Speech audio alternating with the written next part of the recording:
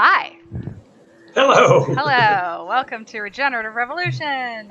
We are here with David Braden. This is our second session.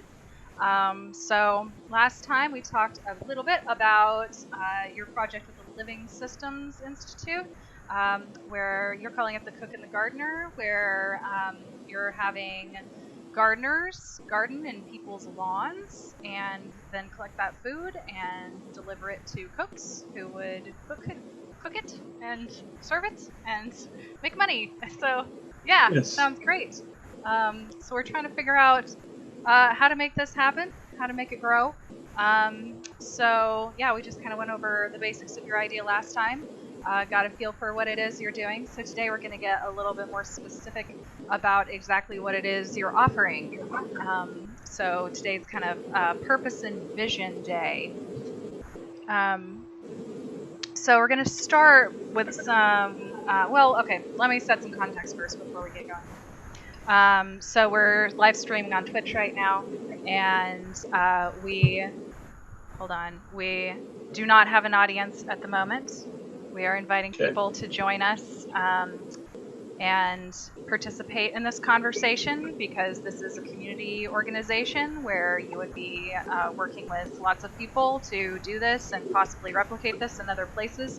You're in Denver, and this is something that anybody in the Denver area could be involved with, but also people in other areas might be interested in doing as well. So we'd love to get them in on the conversation and giving some input and having this be a two-way thing. So encourage people to get on there. If you're watching this on YouTube, it's on twitch.tv/rEvolution.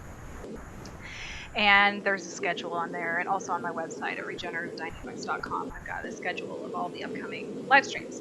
I also have a Patreon. I as well mention that now, patreon.com/regenerative revolution. So you can support me in doing this. But, okay, so what you see on the screen is us on Zoom on the top, and then on the bottom you see a bio of David and a brief project description with a link to his website at the bottom. And then on the right you see my workbook, my consulting workbook, where I'm going to be asking him these questions and then taking notes. And if you're on my Patreon, you can get access to these notes. You can, read it all you want. And so, yeah, I'm going to take the answers to his questions, and I'm going to fill out a business model canvas, which he can use to build upon, throughout his business, having just everything in one place. It's just a working document to have everything written down that he's trying to do, that he can show people and update as he goes along. So that's what we're in the process of creating. And so I think that's all of the context. David, do you want to check in really quick? How are you doing? I'm doing pretty good. We were out building gardens today, then it got windy and hot, so we spent the afternoon just sort of resting and preparing for this wonderful event. Awesome. Thank you. Yeah, I'm doing pretty good. I just finished cooking dinner and realized it was time to get on, so a little bit of a rush. Oh, it looks like we have a viewer. Hello, viewer. You can say hi in the chat room if you're able. You're logged in. And I have a question and answer app underneath the screen. If you want to ask a question down there, since there's not a lot of people in the chat, you can just talk to us in the chat room as well. I can see that. So, okay. So getting started, we're going to do some brainstorming, and any viewers are welcome to throw out ideas in this brainstorm as well. So we're talking about the outcomes of what you want to create. Just what all do you want this organization to create? Excuse me. The purpose of the organization is to find new places for people to fit into our communities. So right now, you have to have money to find the things that you need to survive. Mm-hmm. And in order to get money, you have to have marketable skills so that you can get a job. Mm-hmm. And the market has certain limitations to it. And what it has resulted in relying exclusively on the market is a loss of the potential of certain biological and human potential. Mm-hmm. So we have spaces that could be growing things that are not growing things. We have people that could be doing things that are not doing things. Mm-hmm. And we would like to find a way to tap into that potential to make a better place, a better world to live in for everybody that's involved. Is Okay. that too big of a No, theme? I mean that's great. So that's kind of the overall. Yeah, that's really good to know. That's kind of your overall goal. Let's talk about some more like concrete outcomes that you would create in the process of making that happen. So, like, gardens and people's lawns. I mean, it might be a pretty short list, but like, what are the Okay, well, concrete outcomes? yeah, so that's the beginning point, the Uh-huh. way that we want to start a new pattern of interactions that heals nature Mhm. and finds a place for everybody that doesn't have a place in our market economy. Mhm. And that is to teach people how to garden in a way that regenerates the living system instead of deteriorates it. Right. Right. And we have 16 years of experience developing those techniques Mhm. here at the Living Systems Right. Institute. And there's no reason that all the lawns in the metropolitan area couldn't be thriving Mhm. habitats. Mhm. And that doesn't necessarily mean growing food. Mhm. Mhm. It just means making it more amenable to the living things that share this space with us. Yeah, yeah, yeah. Okay. I realize that I might have been a little unspecific about which organization we're talking about. So you have the Living Systems Institute, but within that, you're creating this new project, the Cook and the Gardener Partnership. So I'm specifically talking about the Cook and the Gardener Partnership, whether that's just would call that a project within your organization, or if it was going to be some sort of a, like we talked about, like a cooperative spinoff kind of a thing, if it's a separate entity or just a project of your organization. Being specific with that, what all would just the Cook and the Gardener Partnership create? Well, yeah, exactly. So, how are we going to change all the landscapes in Colorado Mm-hmm. into thriving habitat? And we would like to train up a set of a number of gardeners who can go to to a homeowner and say, "I can help you convert your old-fashioned landscape." Convert your old-fashioned landscape into a thriving habitat using slow and small solutions. Mm-hmm. Mm-hmm. So it's not a full-blown permaculture design and implementation. It's taking the resources that your yard is already generating and using them on site to create fertility that would otherwise head off to the landfill. So Uh-huh. that's the basic premise, right?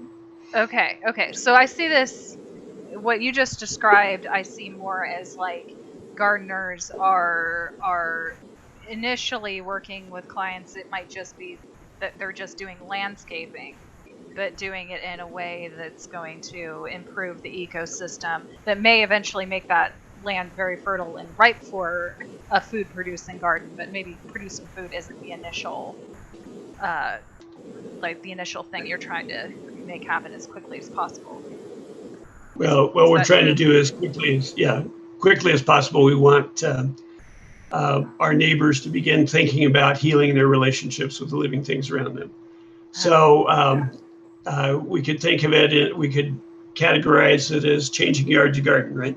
mhm, But those gardens could be a forest garden or a herb, culinary herbs or mhm, medicinal herbs or a pollinator garden or a food garden. mhm, And mhm. I mean, we need all of those in our neighborhoods anyway, so that we can provide habitat for all the different creatures that are going to be helping in our gardening.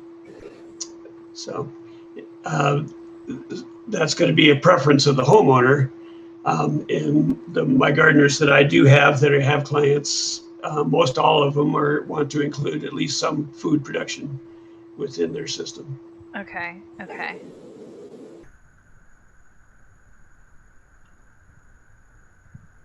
okay, okay. Okay. Is But the name of your project right now is the Cook and the Gardener Project, so I'm wondering if that really is descriptive of what it is that you're trying to do, or if this maybe is more about just converting lawns into habitat for natural, plants.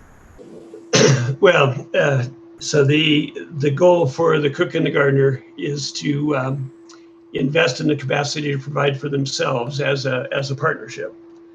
Um, and that would include producing food in partnership with homeowners, correct? Um, but you can't just garden fence line to fence line, because then you're creating a habitat for all those organisms that we consider as pests that are going to be eating all our food crops. We also have to create habitat for all the beneficial insects and all the birds and all the organisms that are going to protect our plants. So we want to encourage a diverse habitat, or in permaculture, we call it zones. Mm-hmm. Uh, Everybody can have a zone 1 where they're producing food for themselves, but we also need that zone 5 Mm-hmm. where those organisms that are going to take care of the insects eating our plants are going to have a habitat of their own. Mm-hmm. So from a purely economic point of view, I suppose, the focus is on producing food on the land owned by somebody else. And then once we produce that food, then we would want to then create another revenue stream, preparing that food for sale in the market. Right? Mm-hmm. And then we could be able to take those funds and invest in more capacity to provide for ourselves. Mm-hmm. Yeah. Okay. Okay. I'm seeing it. I'm just imagining that it's going to take quite a while to build up to having enough food production for any cooks to be able to make a significant amount of money on the uh what's the word, processing of that food. You know what I Well, mean? so let's take the idea of adding chickens to our gardens, right? Uh-huh. Um, so if we can have a steady supply of eggs and chicken broth and chicken meat and fresh vegetables to go with those, then we have the basis for a food production system or a food delivery system Mm-hmm. that then we can add whatever else we want to have on the menu, the same way that any other restaurant would. So we're not strictly limited if we want to go with those cooks. I haven't, we haven't decided how that's going to actually Mm-hmm. work either.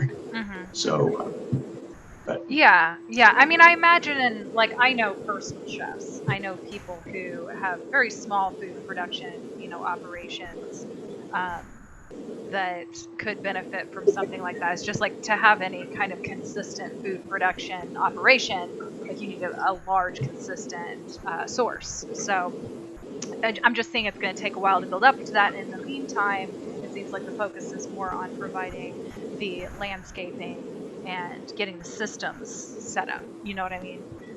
and that's entirely, yeah, Yeah, it that just seems makes like that's going to be a big focus, at least for a long initially. time. If not, like that's like 80% of the business, and then the food like production and selling is like 20% of the business. Um, Well, I'm not sure that's true. It depends on how fast we can get the gardeners in place. Yeah. It might depend on the land you end up with as well. Like if you do have some large pieces, then you could probably get more food going more quickly. But I guess it just depends on how quickly you get enough land to make that happen, right? And how quickly it takes to get that land really productive. Right. Correct. Yeah, Right. yeah. Okay. Okay. Just trying to get it all in my head straight, cuz yeah, I'm all about being super realistic. So, okay. So, and then you wanted some, yeah, food. Why is my brain not working? Processing. selling going on. Okay. Buy local chefs or food businesses. Okay. All right, moving on to the next question. So what does your organization do in this? There's this whole system. You've got these gardeners, you've got these cooks, you've got the homeowners. Like, what does your organization do in concrete terms to make all of this work? Like, what would you actually spend your time doing? You mean Living Systems Institute? Yeah, or the portion of it that is dealing with this project. Okay, well, so there's an administrative part of it, Yeah. which would be to keep track of the funds. We want each homeowner to sign up for an automatic $100 a month payment. Mm-hmm. And then that money is 95% due to the gardener that's actually doing the 4 hours of work a month. And the other 5% is the administrative budget we have. And then Living Systems Institute is making up that difference. So what we would want to do then is create a process where new gardeners come in, they learn the skills that they need to be able to build their own homeowner client base, and that we have a feedback loop in there so that all of our gardeners are continuing to increase their skills. All of our homeowners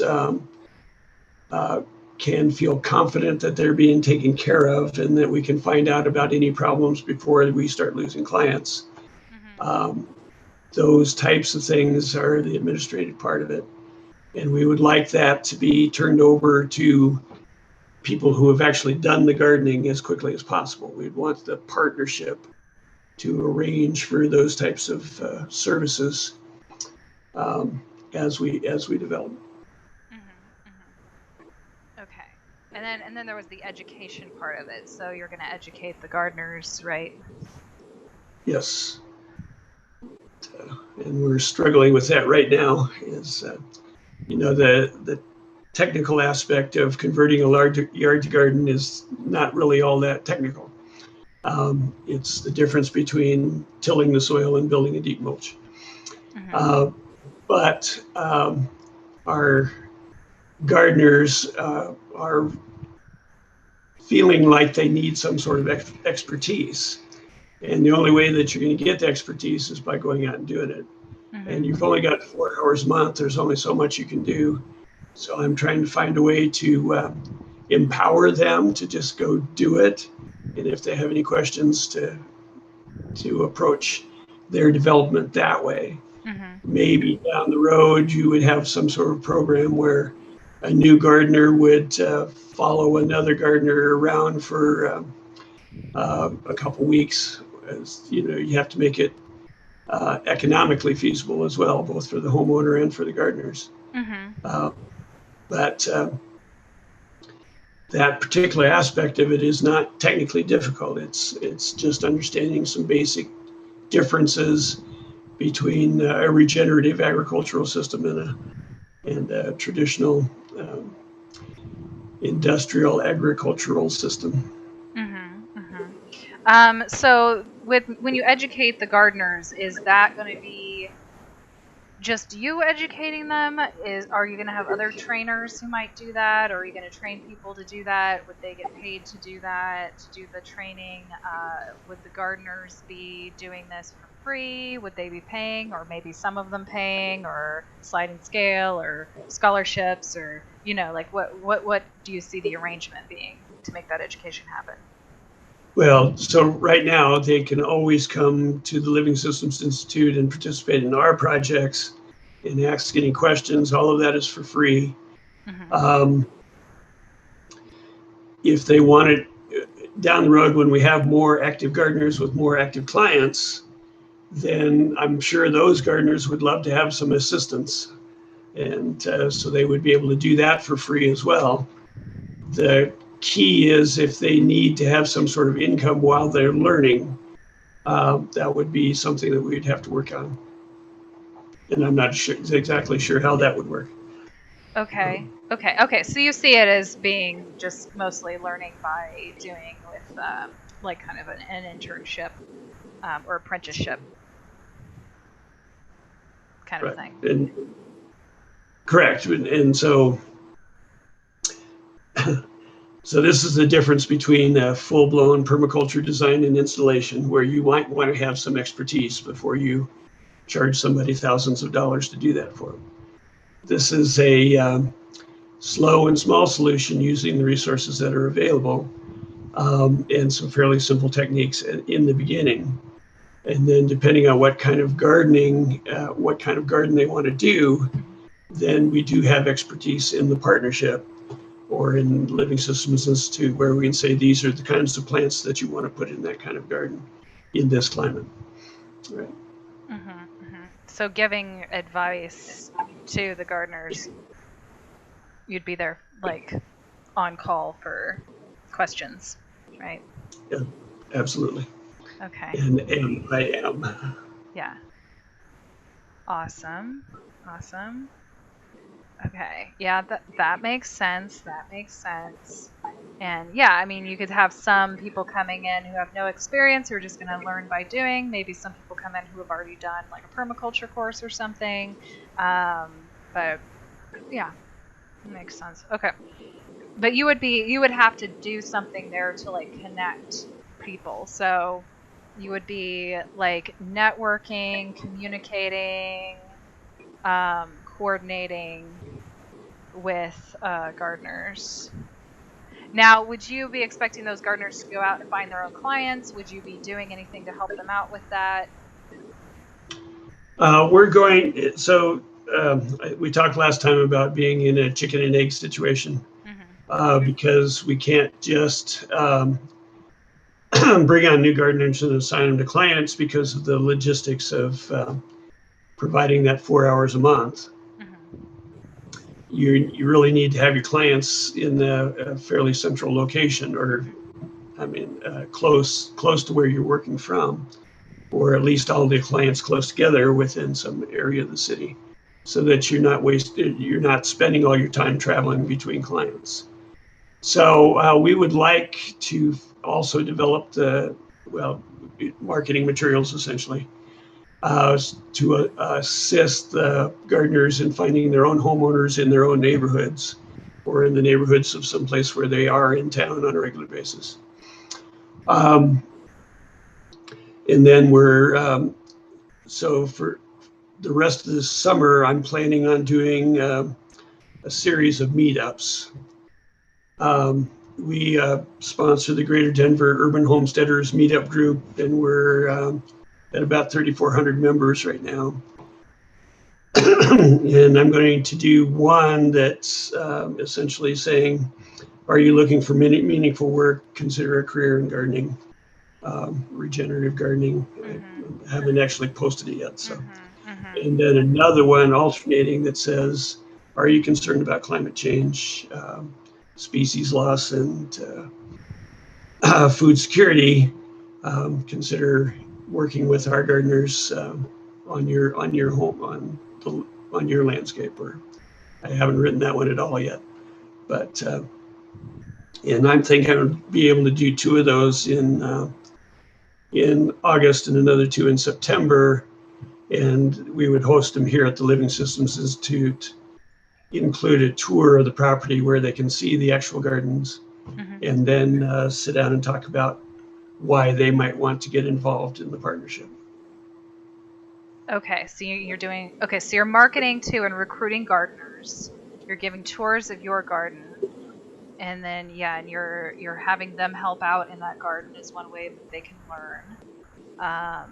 You're giving them marketing materials, which might be flyers, that they could hand out in their neighborhoods, stuff like that. A website that they can point people to, right? Correct. Yeah, yeah, okay. No, I like it. I'm kind of starting to see the simplicity of what you're trying to do. Like when you first said a 5% payment, I'm like, oh, that's so little. But maybe, I think you're right. Like small changes, small and slow changes. Like maybe it makes sense to just minimize what you're doing, minimize what the Living System Institute is doing, so that you can keep that small, so that it can stay affordable, and just train people on how to go out there and kind of do it for themselves. Correct. And give them just the minimum that they need to do that. And yeah, you're kind of putting a lot of onus on them to do it, but that's good, because I think if you just like brought people on as gardeners, but you did all of the work of recruiting the homeowners, they wouldn't take it as seriously. Well, and then there's the further issue, which is district came up this week, by the way, where I've got a gardener that says, I'm not sure what I'm doing.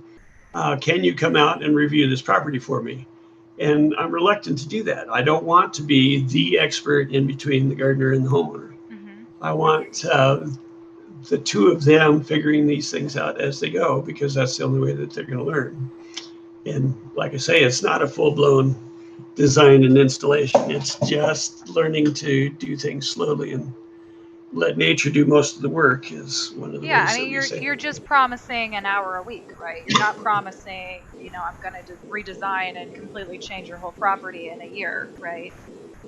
No, we're just going to start. We're going to take what materials you're generating and use them on site instead of sending them to the landfill. Yeah, and if the Living Systems Institute can get a hold of, a bunch of mulch or compost or whatever, and help get it out there so that they can use it, then that's fine. But if you don't, they'll just have to make do with what they've got, right?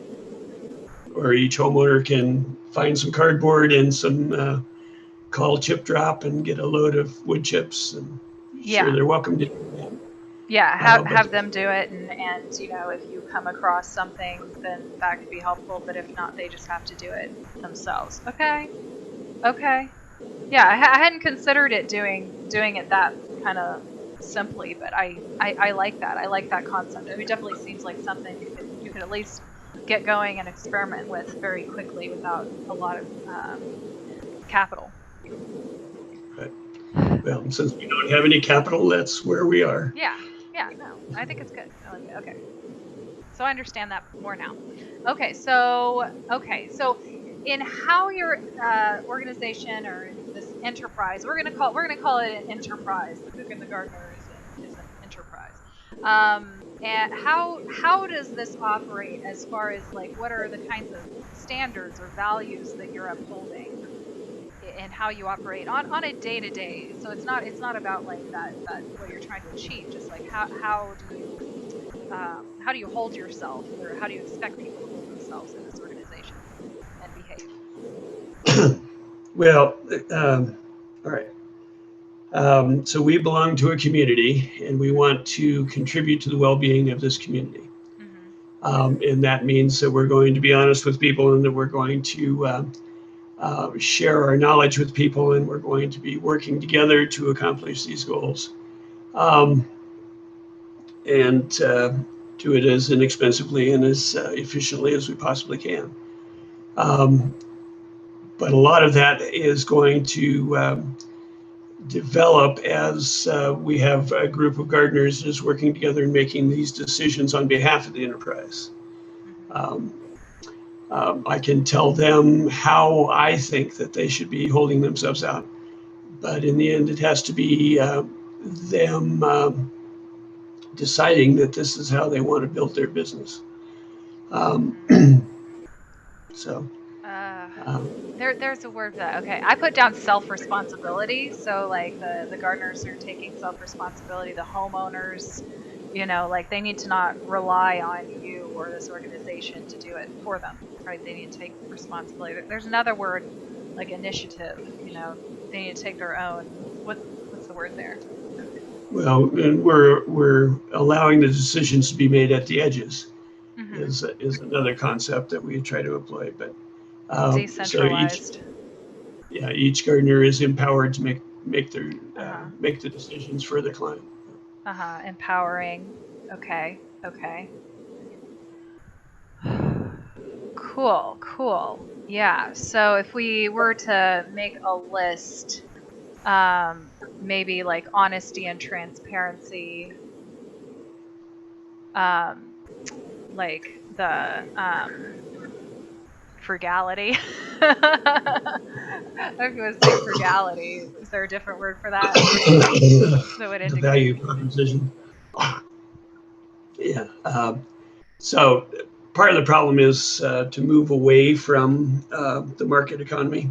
Uh-huh. So um, there's certain things that a human being needs to thrive, which is the food, shelter, learning, health, belonging, and purpose. Uh-huh. And if we can produce those things for ourselves, if we've invested in the capacity to produce those things for ourselves, then we reduce the amount of money we need to survive in this culture. Uh-huh. And that goes for the homeowner in terms of producing food for themselves, um, uh, being a part of the learning process. Um, uh, if you're out there exercising and getting healthy, nutrient dense foods, then you're going to improve your health. And then be it a part of the community and a reason to get up every morning and um, um, the purpose of contributing to the well-being of the community. So those are the types of things that we'd like to see develop. Uh-huh. Uh-huh. Yeah, okay. Kind of capture it in like 3 to 5 simple ideas. To boil things down to bullet points. Yeah, decentralized decision making, something like that. And a focus on each participant learning more every day, Uh-huh. becoming Uh-huh. increasing skills. Or learning by doing. That seems like an important part of it. Observe and interact. Uh-huh. Okay. Okay. I don't want to spend too much time on that. I can go back and mess with it later. Okay. So, okay. Words and phrases that describe the most important value that your enterprise creates. We've already done some of this, but I want to just get a list because it's useful when we're writing copy or trying to come up with a purpose statement or a tagline or something like that. So what are like the most expressive or the words that best capture what it is that your organization does? Well, okay, so I've been working on this a long time. Yeah. Um, and so for our business card, it boiled down to healing nature and producing abundance. And that's part of it, but that involves healing human beings and finding a place for human beings to participate in our culture that where they don't have that sort of where they don't have that opportunity um, because they're stuck in a dead end job someplace. And anyway, um, most important values are to increase the vitality of our community, I suppose, would be a way of looking at that. Vitality. Okay, yeah. I'm looking for those punchy words. I'm just trying to get like the most punchy ones in one place. Increase vitality, producing abundance.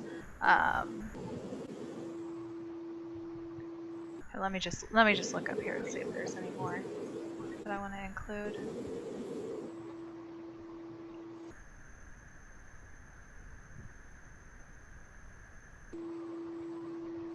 You've said the word pattern a lot.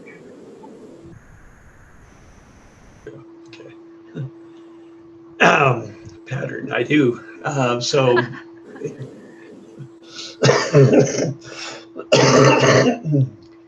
that's part of the reason why we have trouble fixing the natural world or our economy or a lot of things is because we think it's um, a collection of objects that are supposed to work in a certain way, but it's a pattern of interactions. Yeah. that's fueled by all the individuals participating. Yeah. So that every time you take an action, then you have every different individual is going to respond in their own way. So you can't predict how that's all going to work out unless you're understanding that it is a pattern of interactions that's going to change in that way. Yeah. And then we can start thinking in terms of choosing our actions carefully in order to enhance the pattern itself instead of trying to take this piece out of the pattern or that piece out of the pattern. Yeah. Yeah. Is there a adjective for the kind of patterns that you want to create? Well, we were talking about the living system existing on a continuum between barren and sterile and healthy and beautiful. And our actions have to be intended to move the pattern of interactions in the direction of health and beauty. And Okay. you know, Health and single beauty. terms probably have some other meaning to the people we'd be using them for. Yeah. Yeah. I like that health, beauty. Okay. So I've got like healing nature, producing abundance, tapping into potential, health and beauty, increase vitality, create opportunities. Yeah. I feel like all of these words like really describe the core of what it is that you're doing. Okay. Okay. Do you have a purpose statement that's short already, or should we create one? I, um, For the cook and the gardener specifically. I mean, you said something about the purpose of the Living Systems Institute was very broad. yes. Yeah. Probably not. We're probably going to have to work on that. Okay, cool, cool. So, I mean, to me, a good purpose statement is something that you would use in conversation. So, like, um, does this purpose statement, are we purpose statement? Would this decision purpose statement? It's something you can bring up that would help in decision making and help to just explain what you're doing. And as kind of the person holding the purpose, you'd be the cheerleader who's just like saying it as much as you can and gathering people around it. It's kind of like a flag that you could wave that everybody will get behind. Um, to me, that's a lot more useful than having a 3-paragraph long mission statement that nobody ever reads, right? Yeah. Yeah. So something more than heal nature and produce abundance. Yeah, maybe a little bit more specific. I mean, using some of these things, I really like how you were talking about like using the potential or create. Yeah, the potential. I really like that word. Because yeah, how you were talking about how there's all of this space and these people that are not um, being utilized to their full potential, and how can we utilize those like in service of producing abundance or healing nature. So I imagine it being something like that, like Okay, so are we tapping into the unrealized human and biological potential by this action? yeah, yeah, Latent in our neighborhood. realized human and biological potential to um, should it be about producing abundance? Is that kind of the core of what you're trying to predate to create or increase? I've got healing nature, producing abundance, increasing vitality, and creating thriving Yeah. habitats. And those are all related. The Right. more the more participants we have in the pattern of Mm-hmm. interaction, the more things are produced, the easier it is for the individuals participating to find what they need. Mm-hmm. Um, and so that's adding vitality to the pattern. Mm-hmm. Um, and then how we go about that is by recognizing that we're a part of a community and that our purpose is to contribute to the well-being of that community. by assisting individuals to participate. Yeah. And so it's getting longer and longer. Yeah. I like produce abundance. I really like that. And I'm just wondering if we want to add another word in there, like producing biological abundance or something like that, or just leave it producing abundance, because you could be producing financial abundance, social abundance, you know. Yeah. I feel like kind of just overall. Well, and so we could tie it back to the community there. It's producing abundance for our community, or for something like that. Okay. Do you want to use these words tapping into, or would you rather use utilize or use? Well, I got some pushback on it about using people. Okay. So that's why it evolved into where it is tapping into the potential. Okay. No, I like that. Tapping into unrealized human and biological potential to produce abundance for our community. Does that sound good? That sounds really good. Okay. And it's 8 words or less. I don't count words like into and. I take out those words and I just count the big words, and I'm trying to get to 8 words or less. So Okay. tapping unrealized human biological potential, produce abundance community. 8 words. We did it. All right. Yay. Okay. Okay, so what would happen if your enterprise fulfills this purpose? What would change in a measurable way? What would you actually be able to measure as an outcome? Well, you could. Okay. We can measure a reduction in poverty. We can measure an increase in health within our community. We can measure a reduction in alienation or violence. If we accomplish what we're going to do, we can measure a reduction in atmospheric carbon. So, Okay. How about a reduction in grass? yeah, well, that a reduced amount of bluegrass grown in Colorado, plus pesticides and fertilizers and all those other things that people are buying to put on their lawns. Uh-huh. Uh-huh. So, yeah, just lawns in general. Right. Reduction of lawns. All right. Increase in gardens. Yes. Okay. Increase in soil fertility, something like that, maybe. Yeah. Well, contain carbon. What is that term? Carbon Soil organic sequestration. carbon. Yeah. Uh-huh. Soil organic matters. SOM. Oh, okay. Increase in soil organic matter. Yeah, totally.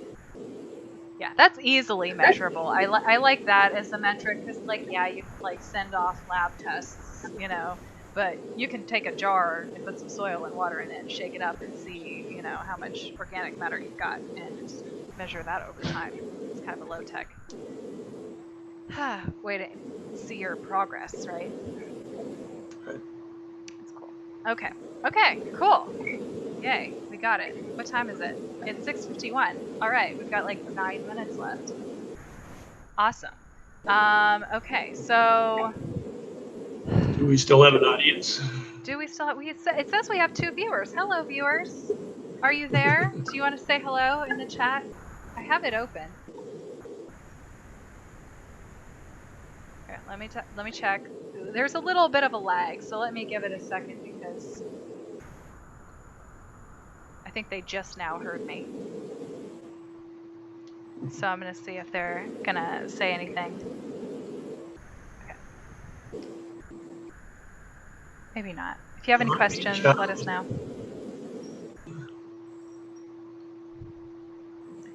All right. Okay. I mean, what we can do is talk about what we're going to talk about next time to prepare you for what we're going to talk about next time, so that you can come prepared with any like information you want to bring to the conversation or whatnot. So let me just pop open my thing here. Okay, so we just did the purpose and vision section. The next one is value proposition. So we would be talking about who the customers are and what they want. What are the pains that you're trying to alleviate, the desires that you're trying to fulfill, about how they want to feel and how you're going to help them feel that way. Um, and then about the specific like products, we might start talking about like pricing. And I mean, we already kind of have it. You've got such a simple idea. We might actually get through that really quickly. I'm kind of curious if maybe we should actually start on it. No, let's not start on it yet. But another thing that you could do is start to get together any kind of market research you might have. And since you're there in Denver and you've already been kind of in the community, you might have some information about like how many permaculturists or gardeners there are in your network who might be interested in this. Any numbers that you might have, if you want to try to collect any more, like doing a survey or something, if you wanted to get that together in the next week or two. If there's any information that you could collect about, your potential market, including like some of the questions I just talked about, like what do they want? Like if you wanted to put together a survey and put it out to some of the people in your network around, like, what would you want in a gardening program, or yeah, something like that. Does that sound like something you'd be interested in doing? I can think about that. Okay.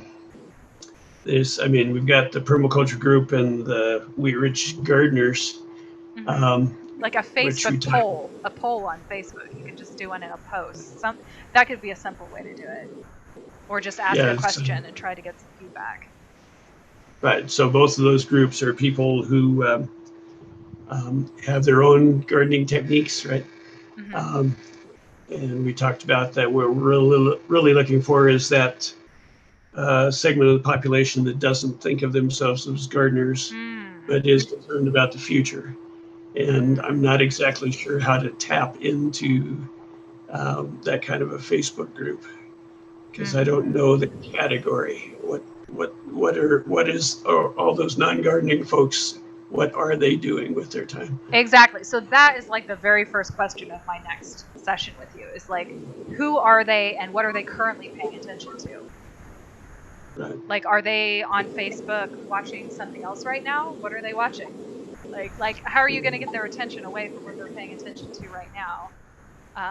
Knowing what they're paying attention to right now might help. And maybe, instead of kind of thinking this broad category of people, maybe think of a few people that or, try to meet some people. Obviously you can't just go outside and talk to people now because of coronavirus. That makes doing this kind of thing very annoying. But maybe you could talk to some people online, try to find a few uh, case studies or examples, like people who would be interested or might be interested, and just talk to them individually, kind of pick their brain, right? We could try that. Yeah. Um, let me. So I took a picture of my granddaughter out in one of my gardens, Mm-hmm. and I posted it saying, I know this looks a lot wild, pretty wild to most of you traditional homeowners, Mm-hmm. but she got in the two groups, she got 140 likes on that picture. So Right. you know, Right. Find out who liked it. Like, right. actually, like, contact them on Facebook. Like, you could message people. Like, you could message 20 people and say, like, hey, I know you through this other person, and I'm doing this thing, and I was wondering, if you would be interested in this kind of thing. I'm doing some market research. What would how would you be interested in this? Would you be interested in doing it in your own lawn? Would you be interested in gardening? Just asking people some questions like that. Maybe it doesn't have to be a survey where you survey 100 people. Maybe you just need to talk to a dozen people. See what the or even half a dozen see what the people. thoughts are out there, right? Yeah, just poke some people and find out, like try to figure out that like what kind of people are the lowest hanging fruit, would be the most interested in what are they interested in, what do they pay attention to, because yeah, I mean, if you can kind of figure out who they are and what they're already interested in, then maybe you can figure out what Facebook group they're a part of. Maybe you can figure out where you should send that marketing information. Sure. Yeah. So yeah. So that one group was our neighborhood group, which is mostly the lost cats and who knows a good handyman type stuff. Mm-hmm. So Yeah. and that's what I've been talking to my gardeners about, is having that kind of presence Yeah. in nextdoor.com and that sort of thing. Yes, next door. Yes, that makes total sense. Getting in next door and just asking people in your own neighborhood, because you have a really good excuse there. Like they're your neighbors, right? So you can harass them and ask them, Sure. hey, like I'm doing this gardening thing. Like, would you be interested in being a part of it? But yeah, I don't know, just kind of trying to get a feel for them and what makes them interested in it and what they're already interested in. You might find something weird, like, hey, everybody I talk to who is a Boy Scout or has a kid who's a Boy Scout is interested in this. I mean, it might be like some weird thing that like just ties like you're a sure shot if you go after that market. That'd be interesting to know. Yeah, yeah. So one question before we go is when do you want to do this next one? Did you say 2 weeks? Is that Oh no, I was saying 2 weeks because it's gonna be 2 more sessions before we talk specifically about market research. But it sounds like you might need to do some market research before the next time we talk, so we can talk about who your customer segments are. okay? So yeah, I mean, I can meet as early as like tomorrow, like anytime. Okay, all right. Yeah. And how often would you like to do it? Just when I have information. Um, yeah. I mean, really, I could do this as often as probably every other day would be as often as I'd like to keep going with the same client. Because I'd like a day or two to prepare and to kind of wrap up and make my notes and transfer information to that business model canvas just to keep up with it. So like, yeah, I mean, every other day. But I posted, we have this Facebook group for the audience. We have a Facebook group for my clients, and I posted a link on there to a scheduling app that will automatically create a Zoom link. Like I kind of did it last minute for this time, but if you click on that, then you can schedule a time for this, and it'll automatically make the Zoom link and everything.